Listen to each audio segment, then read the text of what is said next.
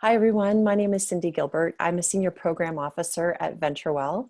I oversee our higher education team, which includes work on faculty initiatives, institutional change initiatives, as well as sustainability initiatives. And the project that I wanted to talk about today, the Environmentally Responsible Engineering Framework, really falls into all three of those categories. It's my pleasure to be a part of the National Academy of Inventors virtual conference, first ever. So I'm just going to jump right in. I have a lot to cover in the next 20 minutes or so. Thanks for being here. So a quick agenda. I wanted to share a little bit with you about VentureWell in case you're not familiar with us and our work, and share a little bit about our key sustainability initiatives, including some free resources for you, potentially, if you're a faculty member or a student, may be of interest to you. And then I'm going to dive into the ERE, or Environmentally Responsible Engineering Framework project, and tell you about the evolution of that project, and then let you know how you can get involved in that project if you're interested. I will make a mention here that you can download the ERE framework right now, or you can wait until after the webinar.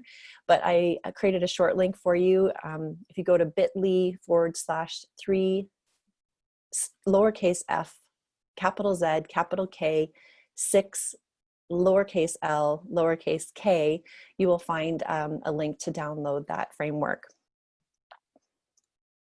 So a bit about VentureWell. We're a nonprofit and we're located in Western Massachusetts in this beautiful rural area. The majority of our staff work from there. I am actually a remote employee, so even before COVID, and so I'm based in Missoula, Montana, and we have a few of us that are scattered around. But we got started in 1996, and really, VentureWell is the brainchild of Jerry Lemelson, who was one of America's most prolific inventors of the last century. And he really envisioned a program that would foster the next generation of collegiate inventors and help them bring their ideas and inventions to impact. So he really saw that there was this gap in higher education. It was really missing innovation and entrepreneurship as a part of education. So VentureWell really is on a mission to cultivate a pipeline of inventors, innovators, and entrepreneurs in the form of students and faculty who are really driven to solve the world's biggest challenges. So that second piece is really critical to us at VentureWell. We're interested in supporting students and faculty in learning about invention and entrepreneurship in the context of solving social and environmental challenges. We have many funders and partners. We're very proud of that fact. Our founding partner and funder is the Lemelson Foundation. And so they've been funding us for 25 years or so. And they're actually the funder for the Environmentally Responsible Engineering Project as well, and a partner. And then, of course, you can see we have many other partners that we're really proud to receive funding from and to partner with on different projects. There are really three pillars of VentureWell's work. We support early stage inventors, we support institutional change agents, and we strengthen I&E, or invention and entrepreneurship ecosystems. And really the work that I'm focused on today falls into that center pillar, the support institutional change agents pillar, because this project is really about supporting faculty to develop programs that cultivate and support university innovators and promote institutional change. And with the ERE project in particular, we are doing this through granting. There will be some community of practice work. In addition to the other work that we're doing, we also do workshops and training, and we host an annual conference each year called Open. So I wanted to touch on faculty grants just for a moment, because I thought there may be some people listening to this webinar that might be faculty members that are interested in receiving and applying for our faculty grants, which are really there to develop new courses and programs, or else to enhance, expand, or improve existing courses and programs that are focused on STEM innovation and entrepreneurship. So twice a year, every spring and fall, we have faculty grant cycles. Our next one will be in fall, where we provide $30,000 to faculty members to develop new courses and programs over the course of 3 years. So if you're interested, our next cycle is this fall, and you can go to venturewell.org/faculty-grants to learn more. Just to share a little bit with this community, because I know there are a lot of inventors out there, I wanted to share with you what we've been doing, really the impact that we've been able to have with U.S. higher education and entrepreneurship through some of our granting programs and support that we provide. So with our faculty grants, we've given over $12 million to faculty members at over 360 universities. And we've given over $9 million to student teams, entrepreneurial teams, or E-teams as we call them. And those teams have been able to find over 970 million in follow-on funding for their ventures, and that's in over 230 ventures. We've trained over 1,000 innovators, and we have helped to support over 1,000 ventures be created. So I wanted to shift gears a little bit and talk about our sustainability initiatives at VentureWell, and this all feeds into the culminating project of the ERE Framework. But a number of years ago, we dipped our toes kind of more firmly into the sustainability initiatives waters with our Inventing Green toolkit for sustainable design, which is really an approachable introduction to life cycle analysis. So it's meant for students as well as instructors. And so we actually have an instructor's guide. You can download this kit for free by going to venturewell.org/inventing-green-toolkits. And the thing I think is interesting about this this work in particular is that we integrated this toolkit, into one of our E-teams workshops. So the first workshop where students are learning about really taking their ideas to market. And so we did a little study with that and interviewed our students and asked them about their interest in sustainability. And it was amazing. We found that 70% of teams have or consider personal sustainability of utmost importance. So that's quite a high number.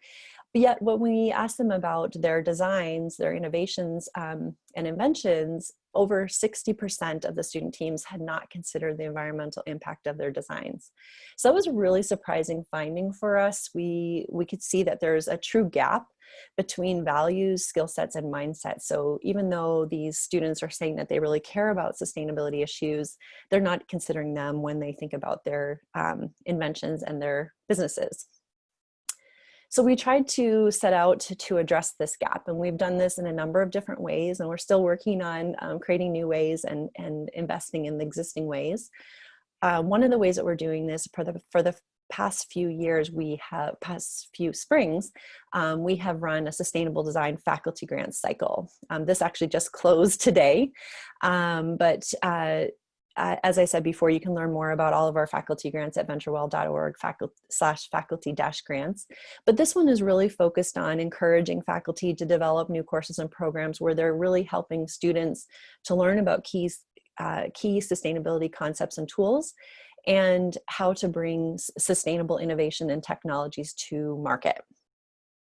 We are also trying to address the gap by creating a faculty training workshop, which is focused on helping faculty to understand and become comfortable with key sustainability concepts, tools, and frameworks, and not only understand them, but actually be able to have hands-on experiences and bring those key tools into their classrooms for their students. And that's called the Green Launchpad Educators Workshop, which has been in person in the past, but this year will be virtualized. So stay tuned for that because we're looking for people to join that workshop. Another way that we have been working to address the gap is our tools for design and sustainability. And again, this information is all available for free online. You can go to venturewell.org/tools_for_design. And really this website is a clearinghouse of and introductions to different sustainability concepts and tools and frameworks. It provides examples of student exercises that you can use in your classroom, as well as examples of student work. It's also the home to the Autodesk Sustainability Workshop Series, which you may be familiar with. Here's an example of a video, Introduction to Life Cycle Analysis, and another one that's Introduction to Green Material Selection. But really, there's just a plethora of materials there, and we hope that you will go and leverage this free opportunity for you. So the final way that I wanted to talk about how we're trying to address this gap is through our Engineering for One Planet definition and framework for environmentally responsible engineering, or what we call the ERE Framework. And as I said before, you can download that framework and have access to that. So the aspiration for this work really is that in the future, we envision that all engineering professionals would be equipped with the fundamental competencies and skills in environmentally responsible engineering by transforming engineering education. And as I mentioned at the top of this talk, this is a project that's funded by the Lemelson Foundation, but VentureWell and the Lemelson Foundation are really working in partnership to facilitate and hold and move this project forward. However, I want to make it really clear that we aren't the quote unquote owners of this work, because it's really a collaborative project where we have been working with hundreds of stakeholders, and we are asking each of you that are watching this webinar today to get engaged in this project, to provide feedback on the framework, to try and integrate these into the framework into your classrooms, to let us know how you find this to be useful or not, what things you like, what things you don't like. This is a draft form, and we are looking for feedback through the end of the year when we will revise the framework. So I'm going to jump into more details about the framework now. So first of all, a lot of people ask this question, why engineering? So inventors and engineers play a significant role in solving current and future global environmental and social issues. And this really comes with a high degree of responsibility to ensure that solutions and inventions aren't harmful and ideally are restorative. And so we really see engineering education as a key lever to make this change of a sustainable future. We had three main goals for this framework. One is that we wanted to define the fundamental competencies and skills of ERE, but we wanted to do this in a collaborative way. And number two, we wanted to support change in engineering curriculum. So really shift the way the engineers are taught so that environmentally responsible engineering principles are actually embedded into the curriculum. And then finally, the third goal was to rally and bring together stakeholders to foster changes in the educational system as a whole. So we're working with academia, so students, faculty, admins, as well as businesses and industry, NGOs, and government. So what is this framework? So I've been talking about this for a while now. So what is this thing? It is the what. So I want to make it really clear that it's the curricular content. It's actually the student learning outcomes that all engineers should be exposed to and acquire to design with people and the planet in mind. So it's what do engineers need to know? What do they need to be able to do? And you can parlay this over to just pure invention. So what do inventors need to know? What do they need to be able to do to invent with people and the planet in mind? So I want to make it clear, though, it is not the how. So it is not an instructor's guide. It doesn't tell instructors or faculty how to do this. It just provides the student learning outcomes that the stakeholder community have decided are most important. So a little bit of background on our preliminary steps and moving this project forward. We spent a few years doing research and interviews with experts around the world that are doing sustainable design across all different disciplines. And then we held a couple of different focused expert roundtables, and we created briefs from those which are available for download. We did summarize the work to date last summer with a white paper. And then we started to co-develop a draft ERE framework last summer and worked on it all through the end of the year, which we refined and launched this draft ERE framework this February. And you can download all of this information and get even more if you want at venturewell.org/environmentally-responsible-engineering. And we hope that you'll do that. So a little bit about the co-development process, because this was a really, really important part of the work that we're doing. As I mentioned before, we don't consider Lemelson Foundation or VentureWell as owners of this. Instead, we really see it as a community collaborative project. So we had input from over 200 stakeholders to create the first draft of the framework, which then we put online and created an open commenting period where for a few months we had the Google document open for direct commenting. And you can see an image at the bottom of the screen here of some of the interactions that were going on. And then we also held online conversations to really try and flesh out and resolve points of tension or confusing comments or language issues, that sort of thing.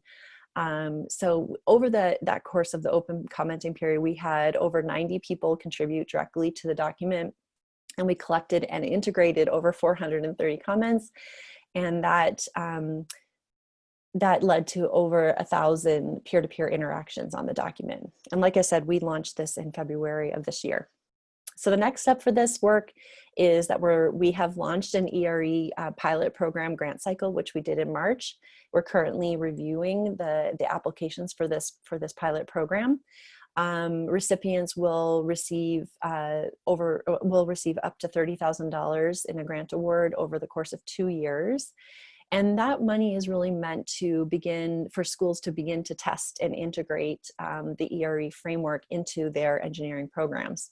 And we will do this with about 5 institutions that we're hoping will be a real diversity in region and size, types of institutions, etc. And we'll launch a community of practice for these pilot schools this summer. And we hope, as I said, to finalize the framework with not only the feedback from these institutions, but also members of the stakeholder community, as I mentioned before. So a little bit about the framework structure.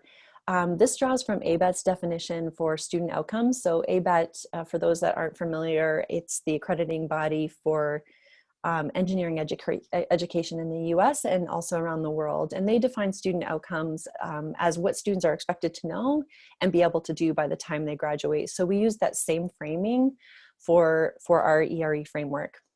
And so the framework is divided into 3 categories of both core and advanced student learning outcomes. And the 3 categories are systems thinking, which is actually central to the framework.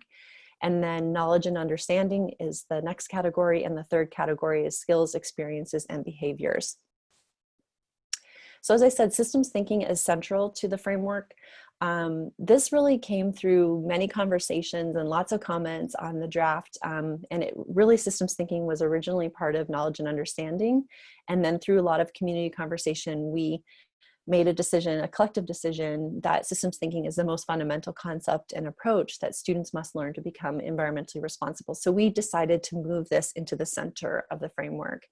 It is central and interconnected with all of the other student learning outcomes, and it's what all designs rely upon and exist within. The category of knowledge and understanding was broadly defined by 2 basic questions. Why should students learn this, and what do they need to know?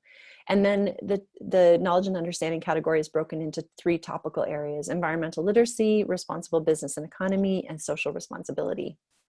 Similarly, skills, experiences, and behaviors were driven by the question, what technical and practical skills do engineers need to experience and practice in order to be environmentally responsible engineers?